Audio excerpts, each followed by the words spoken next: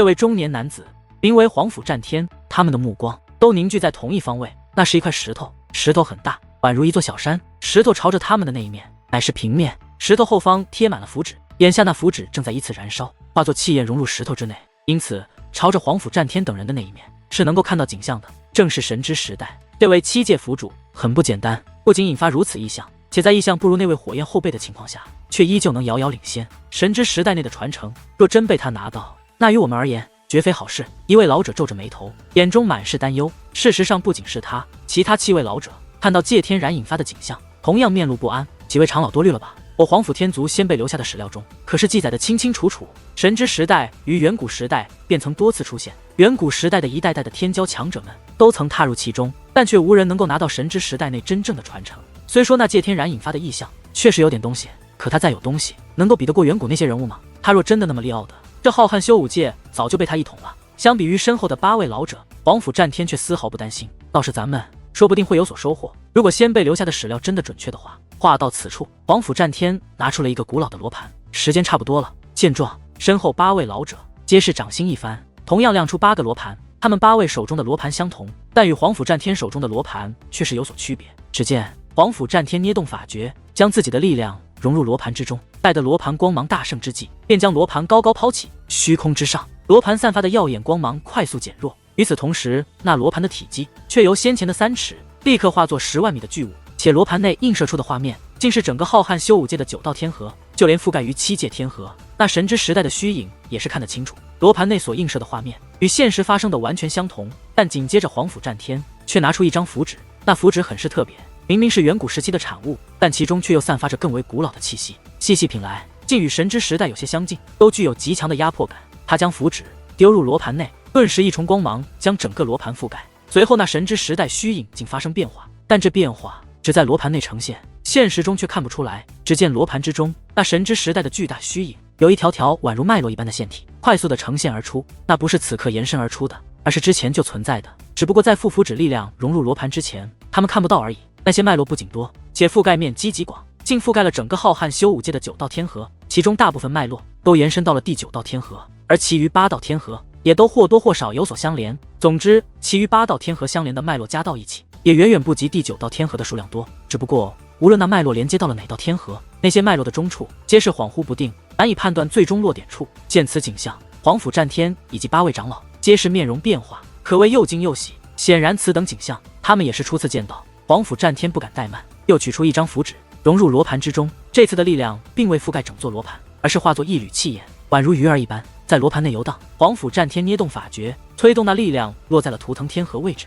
很快，那力量覆盖的区域脉络终点竟变得清晰了很多。此刻，皇甫天族的8位老者激动不已，纷纷取出一张符纸。这符纸也有着与神之时代相近的气息，但却与皇甫战天先前拿出的符纸有所区别。他们将符纸融入自己掌心的罗盘之中，很快，他们的罗盘也皆是有了变化。是真的，我族史料记载乃是真的。此刻，皇甫天族8位老者皆是面露狂喜，高兴的简直像个孩子，就连皇甫战天也是咧开大嘴，笑得十分灿烂。皇甫天族内关于神之时代有所记载，神之时代于远古时期便曾出现，并且于远古时期，神之时代出现的极其频繁，且神之时代一直存在，只不过有时如现在这般直接显现，但未曾显现的时候，神之时代也是存在的。神之时代显现之时可入，其实未曾显现时也有入口，只是未曾显现时踏入其中自然更需要机缘和实力，但无论是显现时踏入还是未曾显现时踏入，结果都是一样的。无论是何境界，哪怕是已经立于远古时期顶端之人，也无法获得神之时代的传承。无人获得传承，自然也就无人登顶。因此远古时期无人封神，也正因如此，神之时代俨然成了很多人的心魔。哪怕曾经的小辈后面成长为立于浩瀚修武界最顶尖的人物，可他们也依旧对神之时代充满了执念。后来终于有一位远古时期的戒灵师解开了神之时代的部分秘密。他说，神之时代内的传承虽然难以获得，可神之时代并非是神灵的手段，而是太古时期某位强大存在布下的阵法而已。他说，神之时代有隐藏的结界，连接着各个天河，在每道天河内都有着特殊的力量，或者是太古时期的宝物。正是那力量以及宝物为神之时代提供了强大的阵法之力。尽管惊为天人，可实际上神之时代也是一座阵法，它也完全符合阵法布置的规律，只是在当时这个说法提出来未能令人信服。可谁曾想，那位远古界灵师拿出了一张符纸，融入自己打造的罗盘之后，那符纸竟使得罗盘内的景象发生变化。他口中的隐藏结界，现实中众人虽看不到，可竟真的于罗盘内浮现。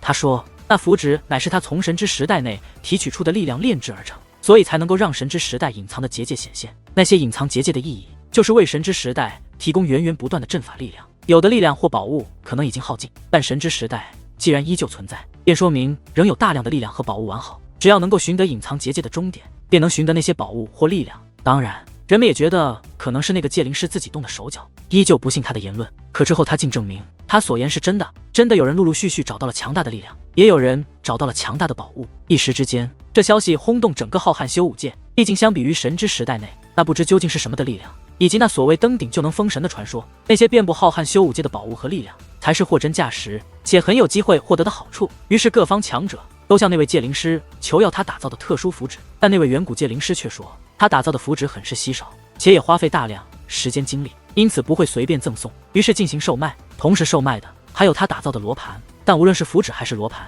皆可谓是天价。正所谓富贵险中求，还是很多人准备搏上一搏，花高价购买他这符纸和罗盘。但后面人们发现上当了，准确的说，他们终于知道为何那位发现了如此秘密，却没有自己独享，而是公之于众。他说的是真的，确实每条隐藏结界的终点处都有着力量或者宝物，可他没说那些力量和宝物都有强大的阵法守护，并且根据力量和宝物的强弱不同，那守护阵法的威力也是随之不同。各方势力的人马宝物没有拿到，反而损失惨重，不少族人都死了，甚至有人发现比较容易拿到的宝物其实都被那位神秘的戒灵师拿走了。一时之间，秦九这个名字臭名昭著，各方顶尖势力和人物都在咒骂此人。为何是顶尖势力和人物在骂？因为那符纸和罗盘卖得太贵，除了他们别人也买不起。至于为何骂的是秦九，自然是因为那位戒灵师就是秦九。虽然秦九后面被誉为戒灵大帝，可在当时秦九还没有获得那样的美誉。不过哪怕如此，秦九那与神之时代相关的符纸依旧卖得很好，因为那些便于浩瀚修武界各处藏匿着宝物与力量的地方，竟是会移动的，每隔一段时间就会发生变化，并且也只有神之时代显现的时候，那些地方的破绽也才最明显，也更容易被发现。正因如此，哪怕购买了符纸和罗盘，记下了所有线路和终点也是没用，因为很快那些线路和终点都会发生变化。简单的说，符纸使用之后是有时限的，一段时间内符纸所呈现的将不再准确。当然，对于广大消费群体而言，这其实是坏消息，只会大大降低人们购买的欲望。可偏偏秦九他又打造出了新的罗盘和符纸，那便是8位长老手中的罗盘和符纸。这罗盘和符纸是专门为了寻找结界终点打造的，只要有了大概方向，就更容易找到结界终点，并且这个罗盘融入符纸力量后，靠近那终点时是能够分辨出那里面的守护阵法是强是弱的。这个分辨是根据自身的修为判断的，极大降低了危险性。毕竟大不了就不进去了呗，什么也没有命重要。正因如此，后面秦九打造的符纸和罗盘又是大卖特卖，甚至骂他的人也少了。因为人们发现，不管这秦九人品如何，但他娘的确实是个人才，戒灵大帝，果然名不虚传。看来史料记载属实。此时皇甫战天望着这诸多不可思议的变化，也是兴奋的感叹：战天啊，其实也没必要夸那秦九。根据史料记载，咱们族内的先辈当年也是被他坑过的，虽然也是寻得了一些宝物，但价值远不如买他符纸和罗盘付出的多。咱们的先辈可没回本呢。一位老者说道：也许咱们这一次就要回本了。皇甫战天自信满满。此时那罗盘虽然完好，可是罗盘内映射出的画面却恢复到了正常，是符纸的力量失效了。刚刚那些隐藏结界延伸于图腾天河的终点，可都记下了。皇甫战天问，8位长老点头，这是咱们皇甫天族关于神之时代最后的家底了，咱们可不能浪费先辈们当年的心血，事不宜迟，分头行动，必须收获满满。皇甫战天一声令下，他与8位老者便分头行动，各自选择一个地点飞掠而去。与此同时，在浩瀚修武界另外一道天河的另外一片星空，立着几十道身影，他们身穿白色长袍，腰间令牌写着天剑圣功，而他们的手中也都握着与皇甫天族相同的罗盘，且那罗盘都融入了符纸力量。去找为首之人一声令下，众人四散而去。从消失的速度判断，这些人的修为皆在真神之上。经过一段漫长的路程，此时皇甫战天来到了一片星空，停下，手中罗盘所指乃是前方一望无际的虚空。可他知道前方就隐藏着他所追寻的隐藏结界终点，但这里面究竟是不是他能踏入之地，还无法判定，还需再靠近一些才行。于是他又拿出一张符纸，这同样是秦九售卖给他们先辈的，是专门用来破解隐藏结界的。只是皇甫战天握着那符纸的手居然在抖，他竟然紧张了。他奶奶的，希望我好运气，千辛万苦寻得的地方一定是我能应对的，不然那些老东西找到了宝物或力量，唯有我没找到，那我皇甫战天还怎么见人？嘴里念叨着，皇甫战天还是将符纸催动，旋即原本柔软的符纸便宛如利刃一般。皇甫战天对着前方一挥，竟在空间中砍出一道口子，口子散开，形成了一道空间门。透过空间门能够看到前方竟是一片空间世界。皇甫战天踏入其中，发现这是一片到处都是石头的世界，就连头顶也不是蓝天白云，而是被石头覆盖的世界。要他来看，这不像是一个空间世界，倒是像一个极大的岩洞世界。可就是这样一个空间世界，他都不敢御空飞行，甚至走的速度都不是很快，而是一边打量前方，一边盯着罗盘。终于罗盘有了反应，浮现了一重红色的光芒。真他娘的倒霉啊！看到那红色的光芒浮现，皇甫战天脸都绿了。这罗盘是与自己气息绑定的，浮现红色便说明这里的危险性是超出了自身修为的。界灵大帝呀，界灵大帝，我一直对你崇拜有加，不管你是否坑过我皇甫天族，但我个人对你是极其仰慕的。但我今日事关我皇甫战天的脸面，若是这样回去，实在太过丢人。我堂堂皇甫天族建族以来的第2天才，以后还怎么混？